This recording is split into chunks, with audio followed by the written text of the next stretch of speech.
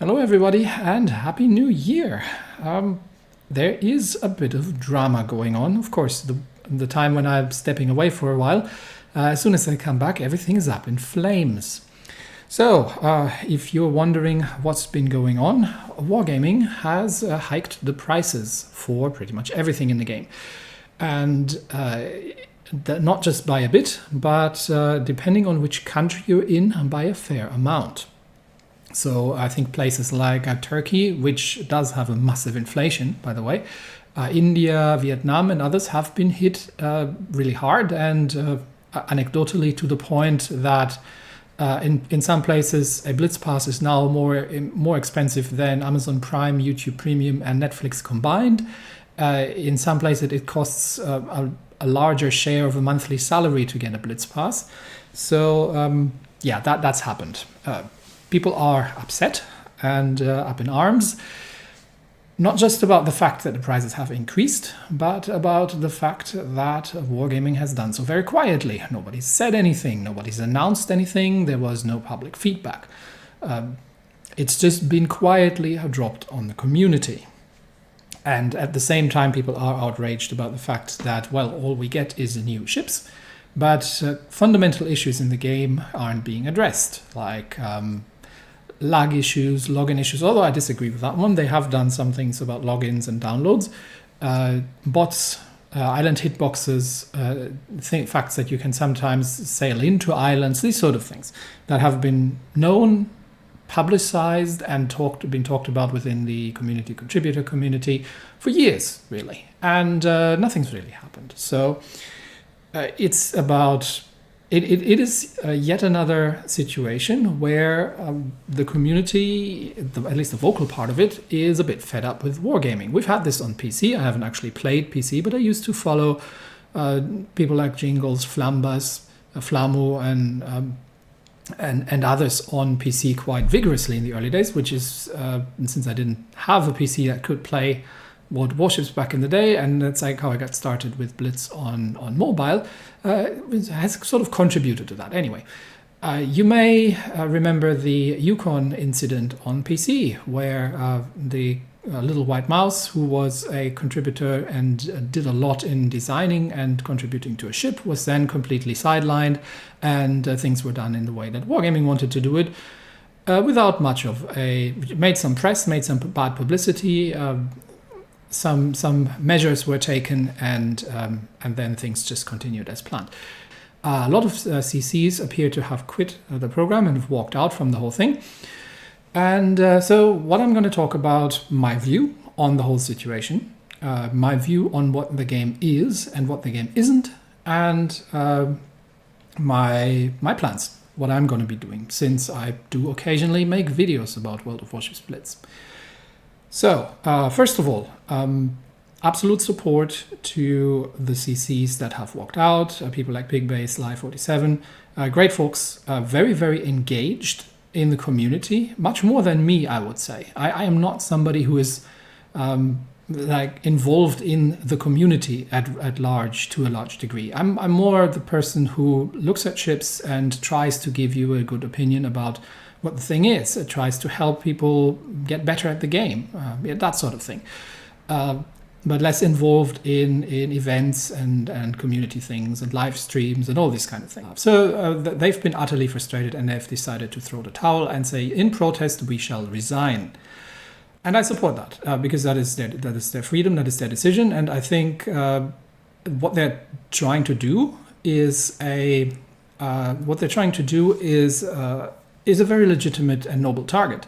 It is to try to raise awareness with Wargaming that we do not like what they are doing. Is this going to work? Now, my personal view, and I do not work for Wargaming, or I'm in any way affiliated with Wargaming other than I am a community contributor. What does that mean? Before probably we go any further, what does it mean to be a community contributor? You get access to the Wargaming Discord, where you get to discuss things. You get to give feedback. We get to provide our views from the community as to how things are going, what goes well, what does not go well. We get to raise awareness about things like bugs. And obviously you do get access to a press account, which allows you to get free access to all ships, as to do things like reviewing the ships. Now, what is the benefit for wargaming out of a community contributor? Well, first of all, they do seek the feedback and they do want to know things. To what extent? Because it feels like a lot of time it doesn't lead anywhere in terms of business decisions. We don't know, but it's still something that they ask. So I presume if they didn't want to know, they wouldn't be asking. Wargaming obviously gets exposure out of this, because if somebody watches a YouTube video about a premium ship and the premium ship is being hailed as the best thing since sliced bread, people are more inclined to open their wallets and pay a ridiculous amount of money to purchase it, or an absolutely ludicrous amount of money to get it out of a gambling crate. So that's sort of the mutual benefit of being a community contributor. At the end of the day, World of Warships Blitz is a free-to-play game, which means you can log in and play the game for free. You can unlock ships for free, and you never have to spend $1 in order to play the game. A lot of mobile games are following this model, and it is as old as time that the idea generally is that you create a sunk cost fallacy situation. So you get somebody involved with a game by giving them free access and giving them free goodies. And then you push them to a point where they are invested into the game. You lead them to the point where they're invested to the game. They enjoy playing, they are joining communities.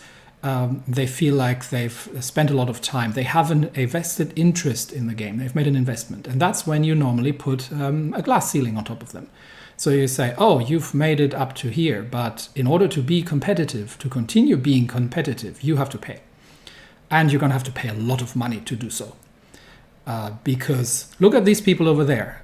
It doesn't matter if you have 100, 1,000 or 10,000 hours in the game. These people open their wallets and they can wipe the floor with you. That's how a lot of mobile games work, especially multiplayer games. And is that a good business strategy? No, it's terrible. It's a vile approach to gaming, and it has spilled over into PC as well. Is World of Warships Blitz the same? Not quite.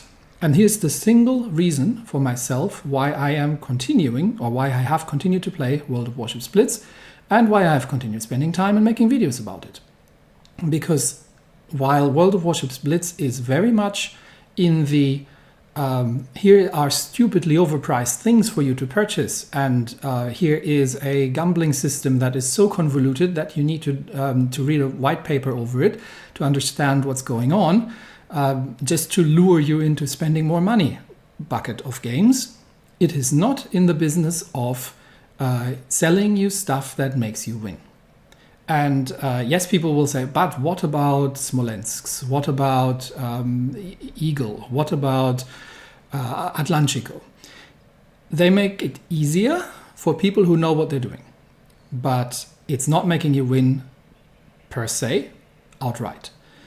And I'd say it's still somewhere around 90% skill, and the rest is what you can buy with money. Yes, there are ships that are premium ships are better, or some premium ships are better than their tech tree equivalents, and some premium ships make it easier for you to win in the game, but it's not to the point that you get absolutely dominated no matter what you do. So the point I'm saying is, for somebody who's skilled, you can deal with any premium ship on the enemy team.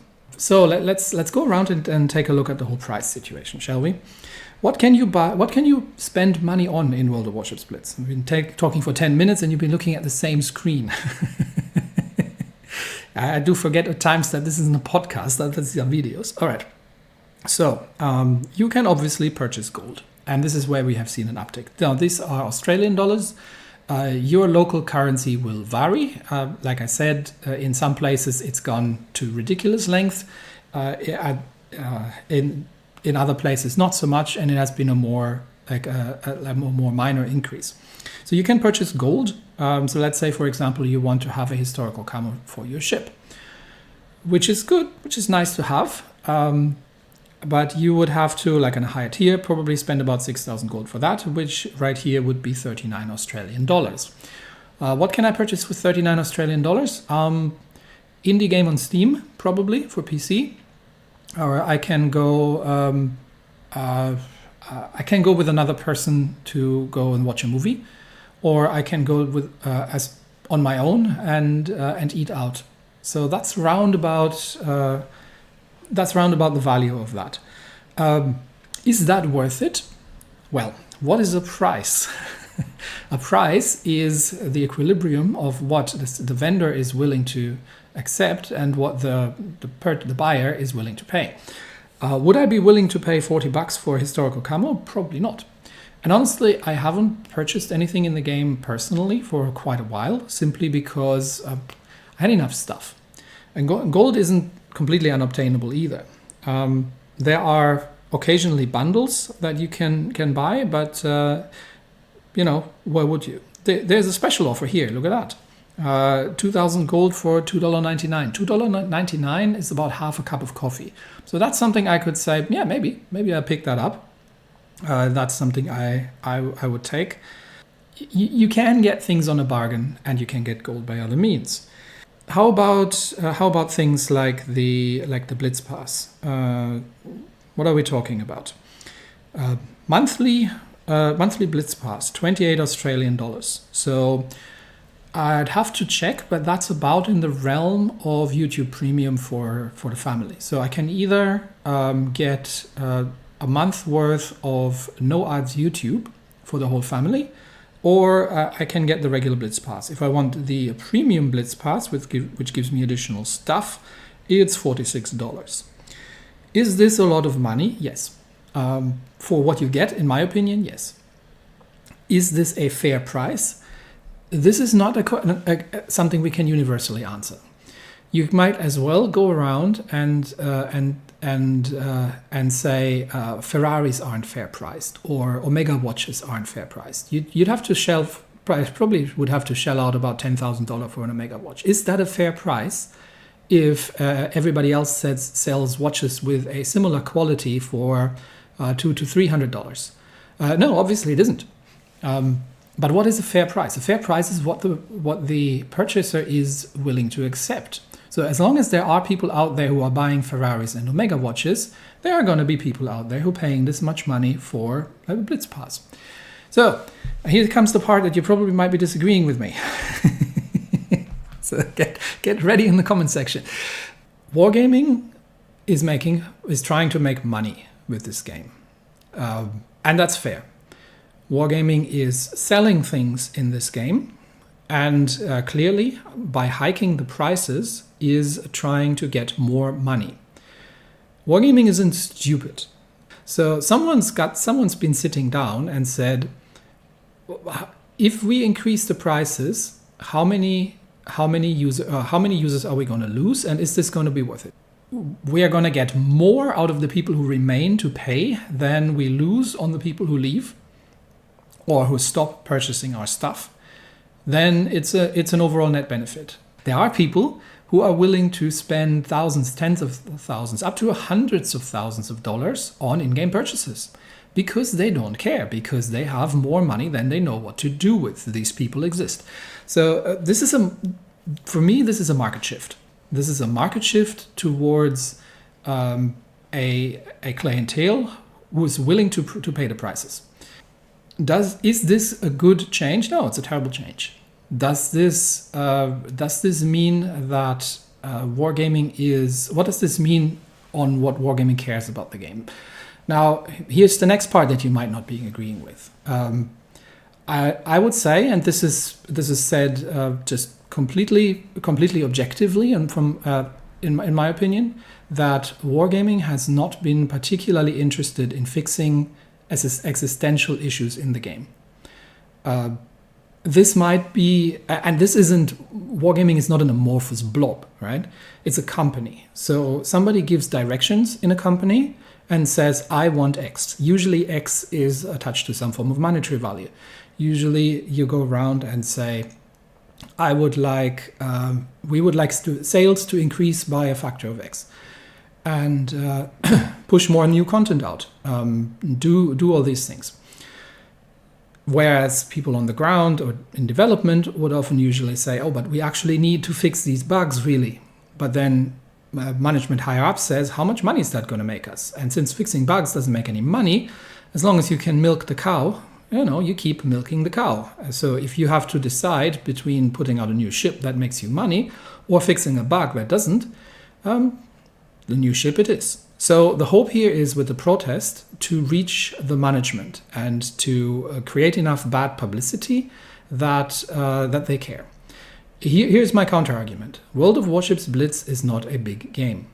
I don't know what the active player count is, but I am struggling to get full 14-player games, even during my opinion, busy times on the server. There aren't that many players around. Does Wargaming care?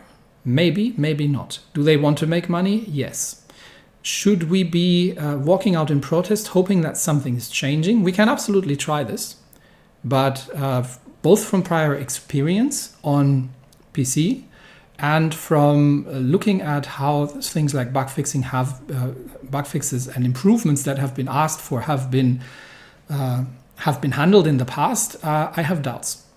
Now, it's still worth trying, but I still have doubts that it is going to change something. I think we'll have to, as a community, as a player base, take stock very realistically and look at what World of Warships Blitz is. World of Warships Blitz is a free-to-play game. It has issues. The graphics engine is dated. It has collision or hitbox issues. It has big bot issues. So their bots are just doing embarrassingly stupid things. It has a relatively small player base.